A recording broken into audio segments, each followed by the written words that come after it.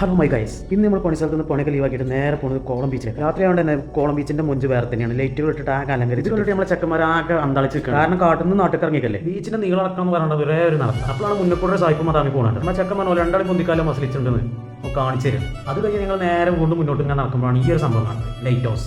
പറയുന്നത് ഈ ലൈറ്റ് ഹൗസിന്റെ പ്രത്യേകത ഇവിടുന്ന് മണൽ കൊണ്ടുകിടത്ത് തടയാനാണെന്ന് പറയുന്നത്. സുഖി അങ്ങനെ ബീച്ചിലൊക്കെ വന്നുകൊണ്ട് സൊറ പറഞ്ഞു നിൽക്കാൻ ഒരു വേറെ വൈബാട്ടോ.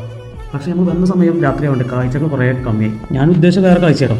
അപ്പോഴാണ് സുധി പറയുന്നത് ഈ ഒരു മണലും കാര്യങ്ങളൊക്കെ കൊണ്ട് നാട്ടിൽ കൊണ്ട് വിറ്റാൽ ഒരുപാട് പൈസ കിട്ടും. നമുക്ക് പെയിന്റ് പണിക്ക് നിർത്തിയിട്ട് മണൽ പരിപാടി തുടങ്ങാൻ അറിയാം. അതിന് കുഴിമണൽ ചുമരുമ്പോൾ തേക്കാൻ പറ്റില്ല എന്ന് സുധിക്കറിയില്ലല്ലോ. അത് പറഞ്ഞ് മനസ്സിലാക്കിയപ്പോൾ ആണെങ്കിൽ ചെറിയോടിച്ച് ഇതൊക്കെ പാടെ വാരിക്കൂട്ടി നാട്ടിൽ കൊണ്ടുപോകാൻ അറിയില്ല ഇപ്പോൾ സുധി. അങ്ങനെ നമ്മൾ മുന്നോട്ട് നടക്കുമ്പോഴാണ് ഈ ഒരു സംഭവം കാണുന്നത്. പണ്ട് മത്സ്യത്തൊഴിലാളികൾ ഉപയോഗിച്ചിരുന്ന ബോട്ടുകൾ, ചെറുബോട്ടുകൾ, അത് അതേമാതിരി ഇവിടെ കൊടുന്ന് വെച്ചിട്ട് ഒരു മ്യൂസിയം പോലെ വെച്ചിട്ട് ഈ ഒരു കാഴ്ച കണ്ട് ഞങ്ങൾ നേരെ മുന്നോട്ട് നടക്കുമ്പോഴാണ് ഈ ഒരു സംഭവം. അതിൽ കടക്കിട്ട് എൻ്റെ ഒരു കൂട്ടുകാരുണ്ടായിരുന്നു ബാലൻ.